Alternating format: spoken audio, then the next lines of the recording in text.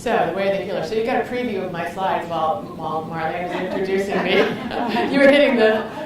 Yeah, it was great. So here's the next one. And this is, Richard, this follows up on what you said. I want you all to know that I'm fairly certain, given a cape and a nice tiara, we could save the world.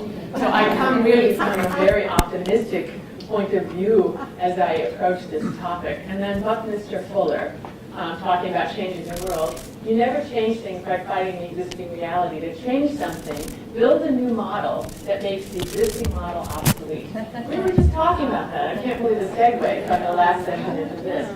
Because what's very, very clear to us is that the old model is really helping us. We don't have to make the old model obsolete. The old model, in fact, is making itself obsolete moment by moment. And so here's just some of the examples of that. We were just talking about about depression. I'm sure you know about this data, but I just want to remind you about these publications telling us that most, if not all, of the benefits of antidepressants, particularly from mild and moderate depressions, are related to the placebo effect. Here's another way that things are obsolete. The serotonin theory is close to any theory in history that's been proved wrong. But we're still, nevertheless, knowing all of that, we see that antidepressants are the second largest class of drugs that are being prescribed in the United States, and there's the numbers for it. So this is a model that's crumbling. This is not working for people. Here's another thing that's happening that tells us that our existing model is not working. You've seen all of these headlines. They're everywhere. And here's the World Health Organization saying that this is a problem that is now a major threat to public health all over the world. Now, here's something I find interesting. Here's Klebsiella. They look beautiful here, but this is one of those guys. And here's a wonderful statement by Dr. Srinivasan, who's an associate director at the CDC. I love this, that it's worrisome that even our most toxic old antibiotics aren't working against some of these things. But here's the line I want us to see.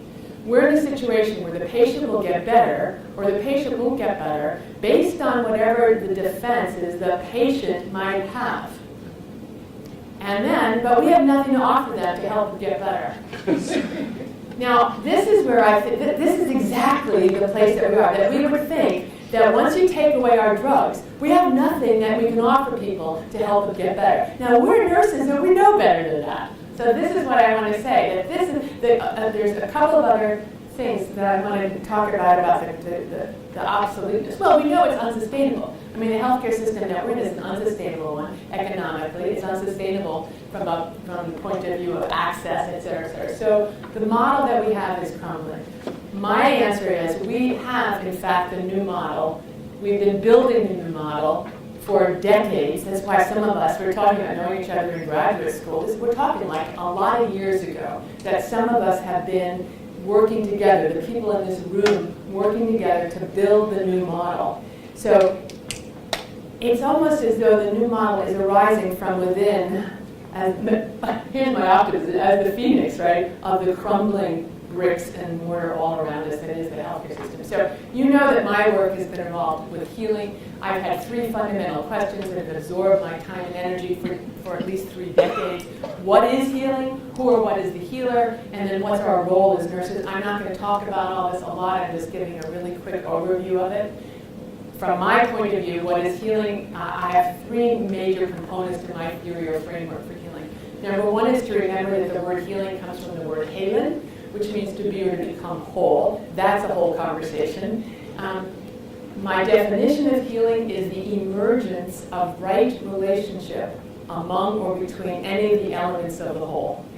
And there's another whole conversation that goes with that. Some of you know that from my writings. And then the third is that what we're really after is to elicit what I call the halen effect. And my definition of that is the intrinsic natural orientation and movement of every living system towards increased order and transcendence. That it's the self-healing capacity and response. So those are the elements of my particular framework for healing, which is quite different, we have to point out here, than curing. So we think that the whole disease model is based on curing. Curing is the elimination of the signs and symptoms of disease. Healing is a whole other animal, as we know. We've all been talking about these things for years. who or what is the healers where things to me get a whole lot more interesting, and really what I want to spend most of my time talking about today. And really the answer is like this. It's like, who, what? It's like a black box. Who or what is the healer? How does healing happen? We know that there's things that we do, there's treatments, plus all the other stuff that goes on in the body, mind, spirit. Then we know that there's outcomes. There's healing, there's curing, there's non-healing, there's non-curing, and there's somewhere in that box something goes on there. But we also know this, that the model that there's a single cause leading to a single effect, that there's a single treatment leading to a single outcome is it's obsolete. It's crumbled with the rest of the healthcare system. There is no such thing as single causation. So we're left with the question then, what is it? What's inside the black box? And I would say that what's hidden in the black box is the great mystery. It's the inner mechanisms of the healing response, or what I call the halo effect, this natural tendency that is within every individual. And it's kind of like this. The guys, this is so old, this cartoon. Remember seeing this? So the guys at the blackboard, there's a big equation, he has in the middle of it, then a miracle occurs. And the caption, if you can't read it, says, I think you should be more explicit here in step 2. This is what we're about. When we're trying to talk about what is healing, we're really trying to explain a miracle. That's what we're trying to do. And it feels just as frustrating sometimes. What we know about actually how healing happens in living systems and let alone human systems is so absolutely trivial compared to what the great mystery that is at the depths of every living system that is what the healing response is. So we're left with way more, if we're honest about it, we have way more questions and mystery than we do have answers. We have some guidance from the past, of course. Hippocrates, that it's natural forces within us that are the true healers. Paracelsus, that the art of healing comes from nature, not from the physicians. Amazing. And therefore, we have to start from nature with an open mind. All of this is wisdom that's been lost when we really took on the idea that we're in charge of this. We know what needs to happen, and we can control it all. Nightingale told us, and you all know this, it's often thought that medicine is a curative process, and it's no such thing. Medicine, so far as we know, assists nature to remove the obstructions to cure, but does nothing more. Nature alone heals. And so I would even go back to our conversation last night talking about that the healing and the curing is a team event, that everybody participates. I would say that what we consistently leave out in that discussion is that none of those are the healers. None of that is what cured the patient. We might have done something that was necessary for the patient to heal and to be cured, but it is not sufficient. And so what is necessary is that something within that individual system that is part of the mystery responds to what we're doing in a particular way that is beyond our capacity to control. And that's where the healing happens. So I see healing as an emergent property of the whole body, mind, spirit system. And therefore, I would make this pronouncement that all healing and curing emerge from within the unique body, mind, spirit of the one healing, at times assisted by, but not due to, medicine, surgery, other therapies, anything else that we do. And so I would say that fundamentally, at base, all healing is self-healing. Now there we can have a conversation, right? I mean, you can challenge that for sure. It's like this. We can walk somebody up to the door, up to the threshold. We can do everything that we want, we bring everything we have to offer, but the person walks through that door by themselves, and we don't know what's on the other side of that door. We never know. We can never predict at the outset. Way too many people that we say, oh yeah, that person's going to get better, they die. Way too many people that we say, that person's never going to get better, they live. Those of us that are engaged in, we know this, that it's a mystery. So given that it's a mystery that we can never know the depth of, what's our role as nurses or as healthcare professionals, we could say in a larger sense. And I would say it's quite simple, and yet completely complex. Nightingale gives us the direction. She says that our goal is to put the patient in the best condition for nature to act upon him. And that just brings more questions, because how do you do that? I think what we're trying to do is be a partner with mystery that's unfolding. We're trying to be a midwife to the emergence of healing, and we're trying to facilitate the emergence of the halo effect, or the self-healing effect. There's the model, and all of that takes place within the context of human caring. So caring provides the context for us, both the context and the process for us to help to put the person in the best condition for nature to act on. So how do we do that? I'd say that in addition to using all of our best evidence-based strategies, we have to remember that in addition to all of that, healing, which is different than curing and fixing, requires us to remember that we are the medicine. That we literally are the medicine. And some of the ways that we facilitate healing by being the medicine are all of these ways, through our caring, through holding the sacred space for our people's healing, through becoming the healing environment, not creating healing environments, but never forgetting for a moment that when you are present with another individual who is as vulnerable as they ever will be, who is probably as frightened as they ever will be, who is literally been stripped of their identity, and so we talked last night about the gown, that in that moment, the most impactful element of their environment is you. And so, how do we want to be as an environment? What kind of an environment do we provide? So here's the stuff. We have 5 minutes. I already gave some of my time to meditating, so we have more time to expand. This is really what I want to tell you about.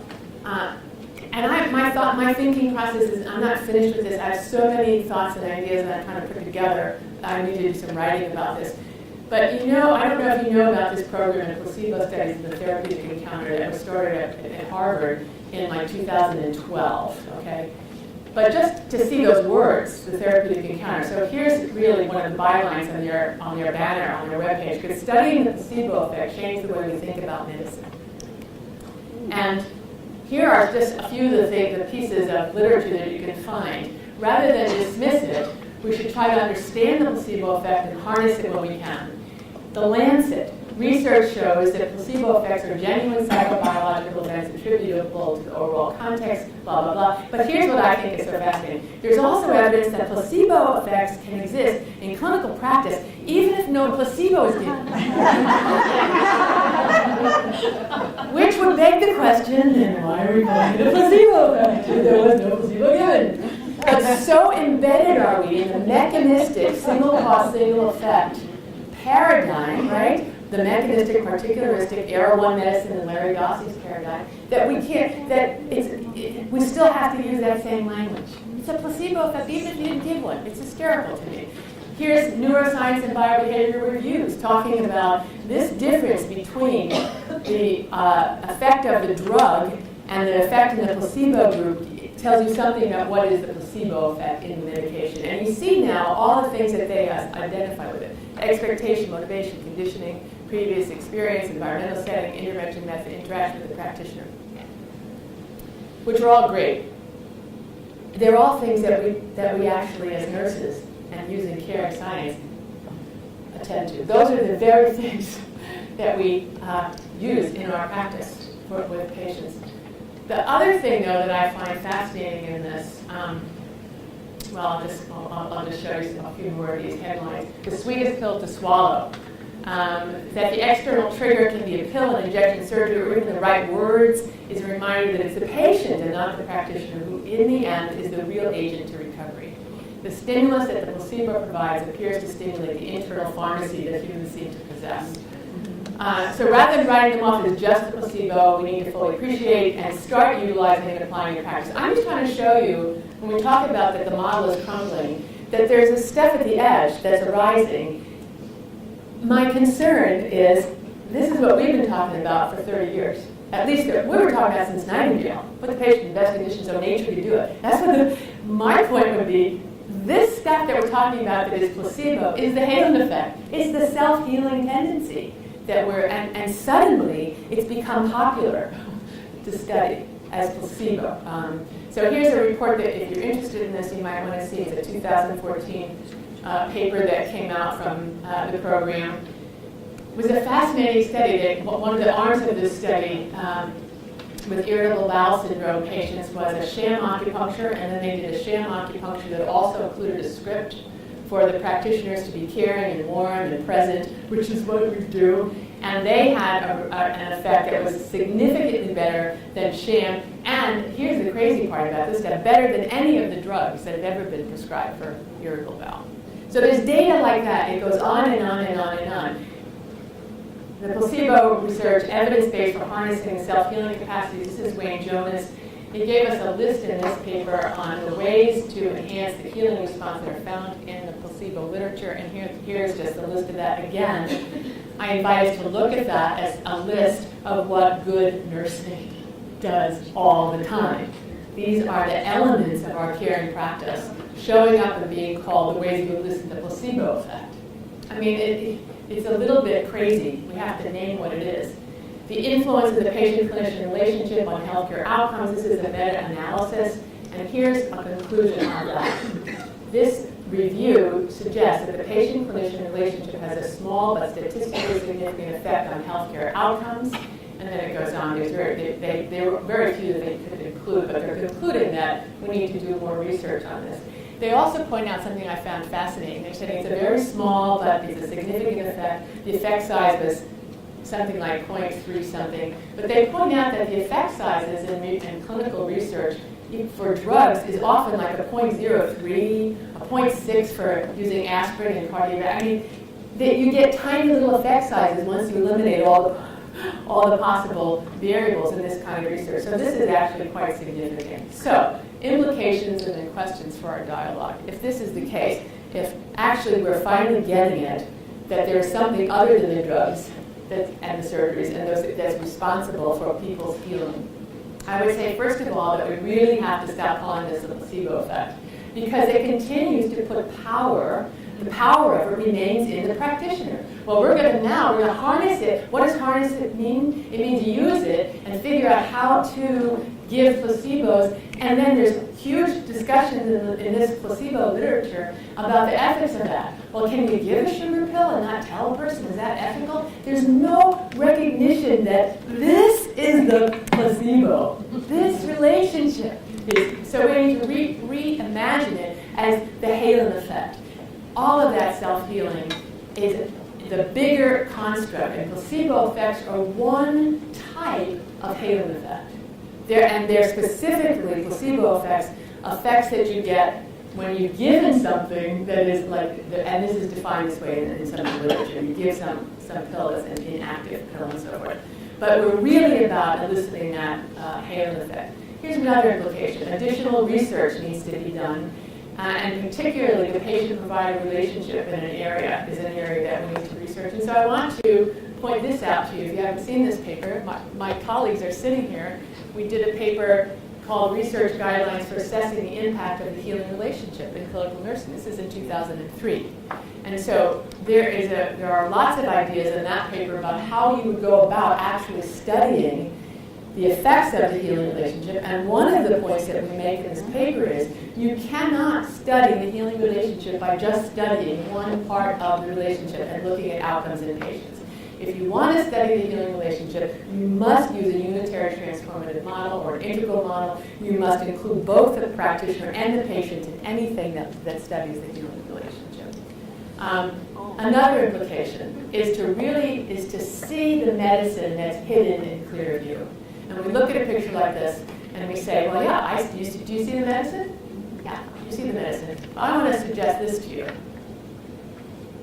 Maybe the medicine is actually the person that's bringing the medication rather than the medication itself. With all the studies that are showing the dangers, the antidepressants being just a case in point, maybe it's actually the one who's bringing this. Maybe it's the self of the practitioner that offers this. In a unitary transformative paradigm, the role of the practitioner is to remember that we are always non-separate. There's no separation. And so my state of consciousness, my being, my capacity to be present to you and love and care and presence is perceptible the moment that I walk in that room. And we haven't even begun to explore what happens at the multiple levels. One of the things that I noticed in the placebo research is they keep talking about, there's psychobiological effects. So we're still going to pull placebo into the mechanistic model and reduce them to psychobiology, instead of letting this data that's arising about the healing response drag us kicking and screaming out of the mechanistic model and into the unitary transformative, which says there is no separation. And the practitioner is, in fact, medicine. And this is really what we're about, is the way of the healer and recognizing that the healing work is a sacred art and that we are walking the way of the healer. We have been doing this since Nightingale, walking the way of the healer. And this is my belief about, so my narrative, right? That the true healer is not defined by what one does, by the pills, by what we're given, but by who one is and our commitment to growing our capacity for unconditional love and for care. Here's another implication, and Sabina's beautiful book, Nursing as Care, a Model for Transformative Practice. They suggest that it is essential to help people come to know themselves as a caring person, to really start shifting your identity, to know that's true of you, and to know each other, to know the people that you're working with as caring persons. And I want to ask you this: what would it be like? How would education in nursing be different? How would practice in nursing be different? How would research in nursing be different if we also help people come to know themselves as a healer? That we actually were able to communicate in a clear way. This is what I feel like I want to do some writing about this. That what we do isn't just the extra stuff that you do after you've done the important stuff that actually helps people, but that what we bring that is actually medicine, that can be responsible for at least up to 30% of the effects of everything we do, of every drug that we give, of every treatment that we provide. Somewhere around 30% of it, if we're going to use numbers, can be attributed to eliciting the natural healing response. We don't have a clue what happens at the metaphysical level, for example, the spiritual level. When we meet somebody eye to eye, and we say to them, I see you, I see you. We have no idea what decision gets made at what level of the being that says, okay, it's time to kick in the healing. I'll stay. Clueless about this, but I know it's true.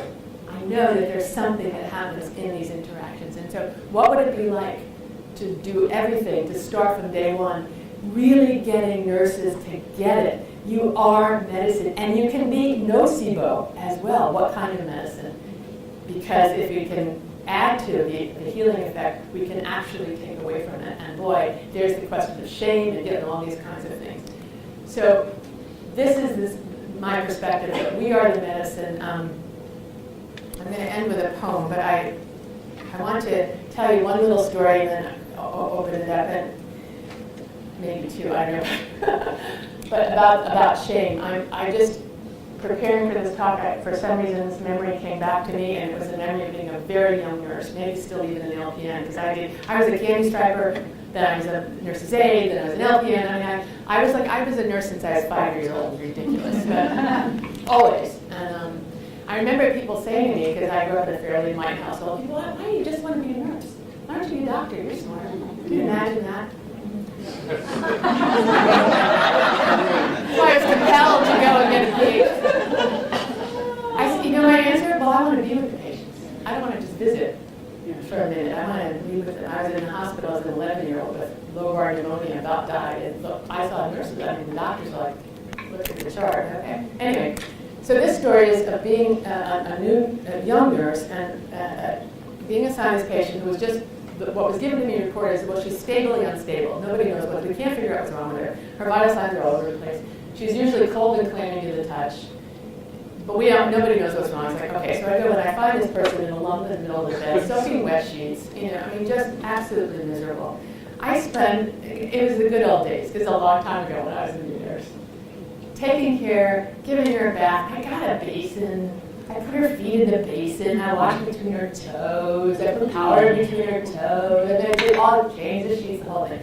And by the time I'm done, she's sitting in the bed, she's bright, she's present, she's comfortable. So then the docs come in to do rounds. Everybody marches in, they're around the side, and they're looking at the this is so-and-so, and she's stably unstable, and her vital signs are all over the place, and she's always cold and clammy. He puts his hand on her, and he goes, oh, like that, steps back. I said, oh, she's not cold and clammy, she's quite warm. And actually, as they're looking at her, she looks quite good. And so they're marveling at this, and they go, I don't know, what's it looking through the chart? I don't know how to explain this, And she said, well, I just had a wonderful, some wonderful time with this nurse, and she really took really good care of me. And so they all look at each other like, wink, wink, oh yeah. And so one says, as they're going to get ready to leave the room, one says, oh, it must have been the TLC. And they all laughed and went out of the room. Now, in that moment, you took love and care and absolutely squashed it. Ridiculed it, dismissed it, and laughed about it. No, it couldn't possibly be the care. I've never forgotten that story, and I think that it's part of what informs when I say I'm nervous to talk because I want to serve you. That story informs my passion to support nurses in this sacred, loving, caring, tender work that we do. So fast forward, my own mother is dying of cancer, and I'm taking care of her at home. I have every drug you need, and you get one in the house because I'm a nurse. She didn't want any of it, but I used to do therapeutic touch on her all the time. And one day, sitting by her bed, I just decided, well, I'm going to do therapeutic touch, but without using my hands. If it's energy fields and consciousness and all that, why do I don't have to use my hands? Let me see what happens if I just do it in my mind. So I just continued to sit in the chair. And I did my centering, and in my mind's eye, I went through the motions of therapeutic touch, head to toe, and I'm doing this, in my mind. I'm just sitting in the chair like this. And in my mind, while I'm doing that, I put her in this cocoon of cobalt blue light, and I'm saying in my mind's eye, everything is fine here. Everything is fine. You're completely fine. It's all okay. It's all okay. But just sitting in the chair. My mother had been sleeping for days, so she opens her eyes, and she turns her head and she looks at me, and she has this little smile, and she said to me, "You make it so much easier. You make it so much easier." And then she kind of smiled and she closed her eyes and she went back to sleep. Those are the last words she ever said to me. It was like she died in a couple of days after that. That's what fueled my desire to go to NYU to get a PhD, to learn how to do research so that I can put therapeutic touch into the hands of people in depression. There's lots more stories about that, but I'm going to stop there and read you this poem. This is a poem that I wrote. Actually, it's published in Alternative Therapies. It's called Healing Magic. You say you are a healer, binding up wounds and applying potions and salves for a broken humanity. Tell me, kind healer, have you found on your journey a wound deeper than lovelessness? A person more broken than the one whose own heart was long ago abandoned in search of what we do not know, if not for love itself? And tell me, gentle healer, how do you bind the wound of lovelessness? What potions and salves do you carry in your black bag that can mend the broken heart? I'm sorry, you say, I have nothing. There's nothing I can do. And that, dear friend, is where you are wrong. Put down the bag. Leave go of the rummaging for magic other than your own. Open your heart. Pick up a hand. Gaze into an eye and share in one true moment. And watch healing begin. So, thank you, and namaste.